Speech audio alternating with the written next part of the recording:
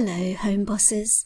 Today I'm going to show you how to make a really easy colouring book for children, and for that I'm using images from Creative Fabrica. So Creative Fabrica is a subscription service. You can subscribe and use any of the graphics, or you can just buy individual graphics as well.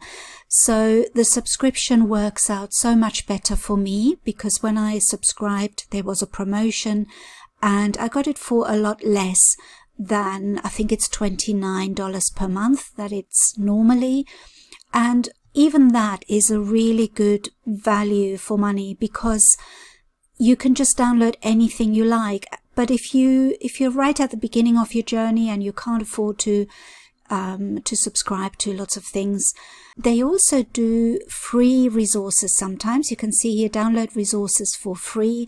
So, have a look anyway because it's a very useful site. If you can't subscribe, then you can also buy things individually. But I really recommend the subscription if you're taking this business really seriously and you're creating a lot of books. Then this is really one of the best places to get your graphics. The license is really clear. You can use this for print on demand. You can use it for books.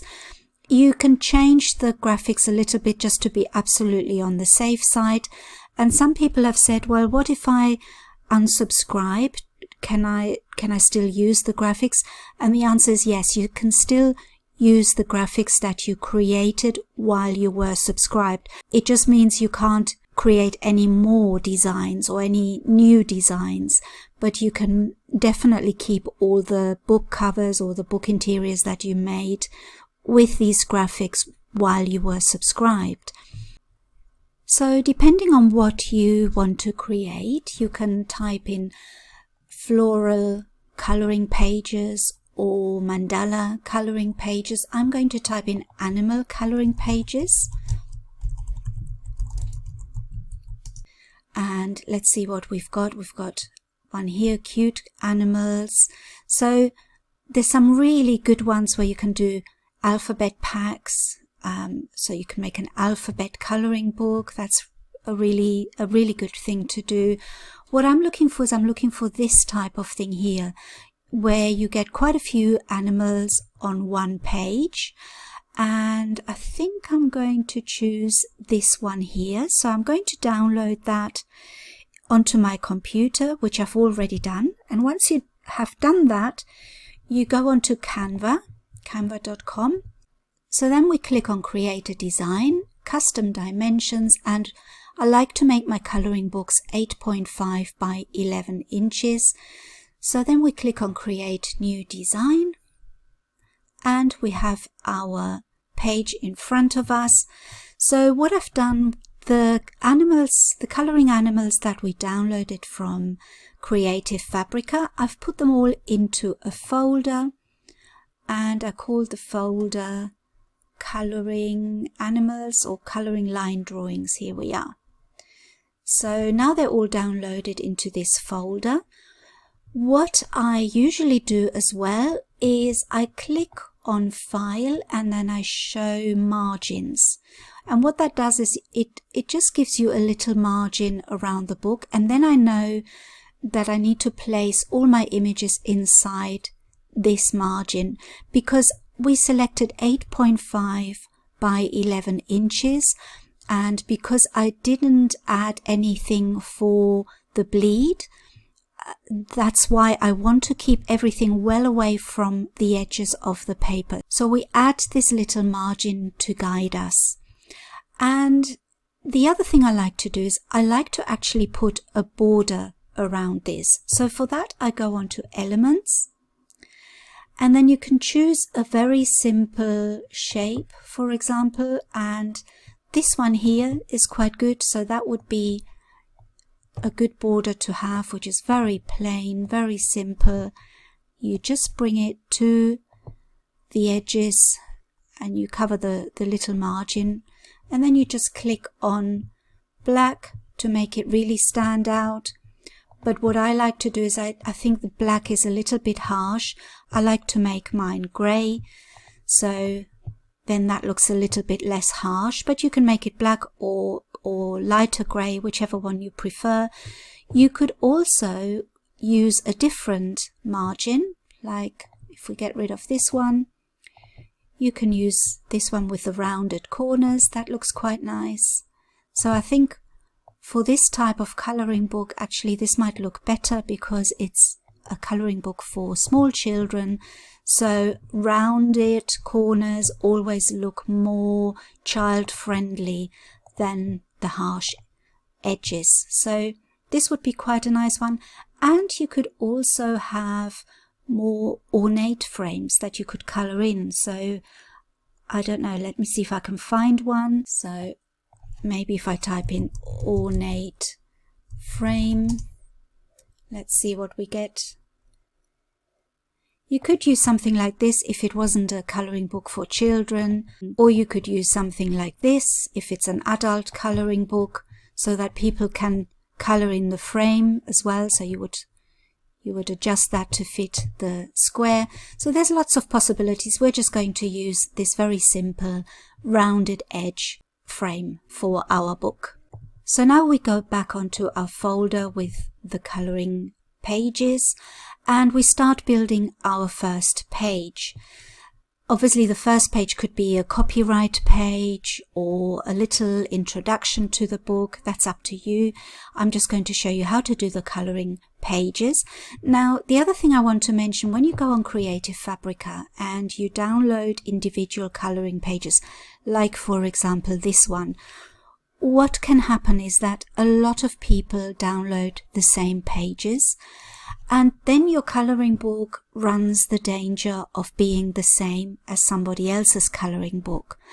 So what I like to do to avoid that problem is I like to make my pages individual. So for example, if I choose this little duck, instead of just having this little duck on one page, I add something. So what we can do is we can either add this duck and maybe give him a friend and add this little chick,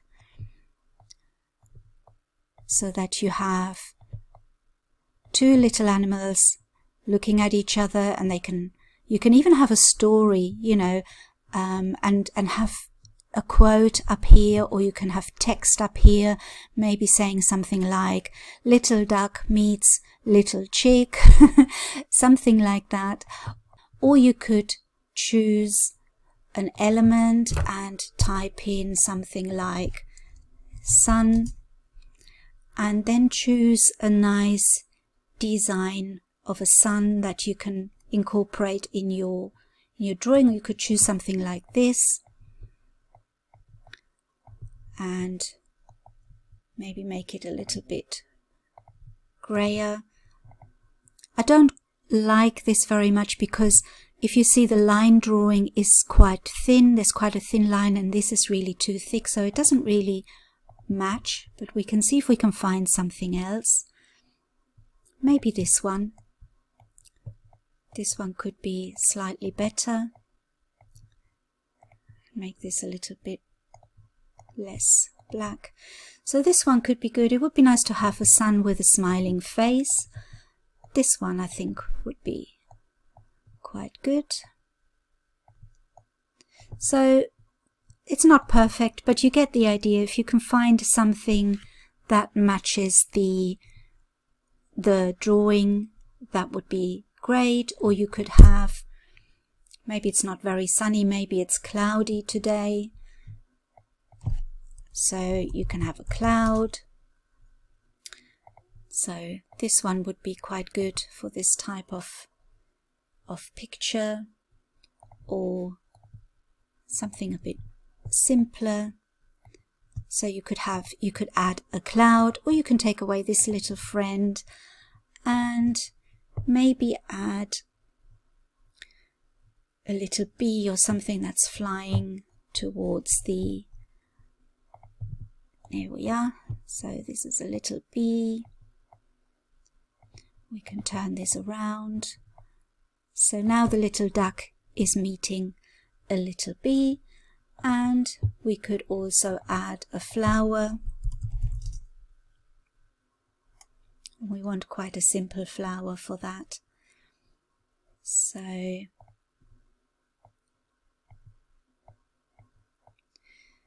it could be something like this, or something like this.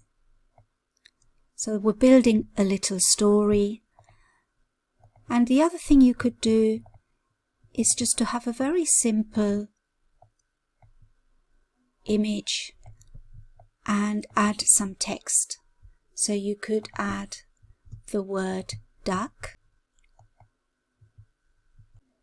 Because this book is for small children, it would be quite nice to have some text here so that they can start learning how to read, and they can color it in, and then when it's all fully colored, the parent can read it to the child. So let's pick a good font for children. I quite like this one, and we make this bigger. So you could have something like this, or you could even have a text that you can color in, like this one. So I think this is quite a good idea if you want to build your book like that. So once you have this page, you duplicate it.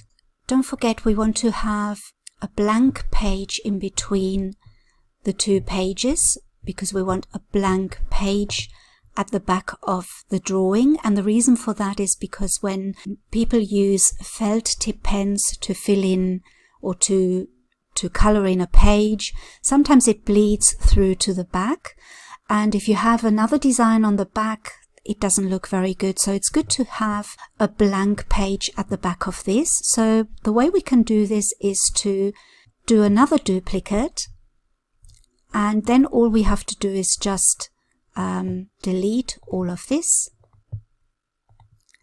and delete the frame. So now we have our blank page, but we can now design the next one. And the reason I kept this is because we want to keep more or less the same sizes, and we want to keep the same font.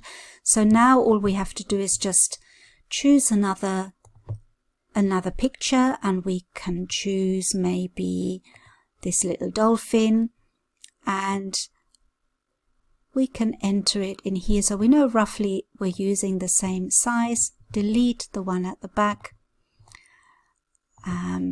So this little dolphin fits in nicely in that space. And then obviously we have to change the writing.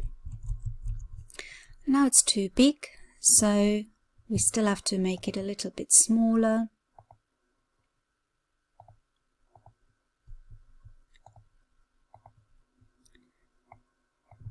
Maybe we can increase that a little bit, 48. Looks like 56 is, 64 is okay. So now we have our little dolphin, and then we just carry on. So the next one, you can add a new page, but we also want to duplicate this one, and we send it down. So now we have our first page, a blank page, our second page, a blank page, and now we delete that and choose another one, maybe a little cow. So we put that in there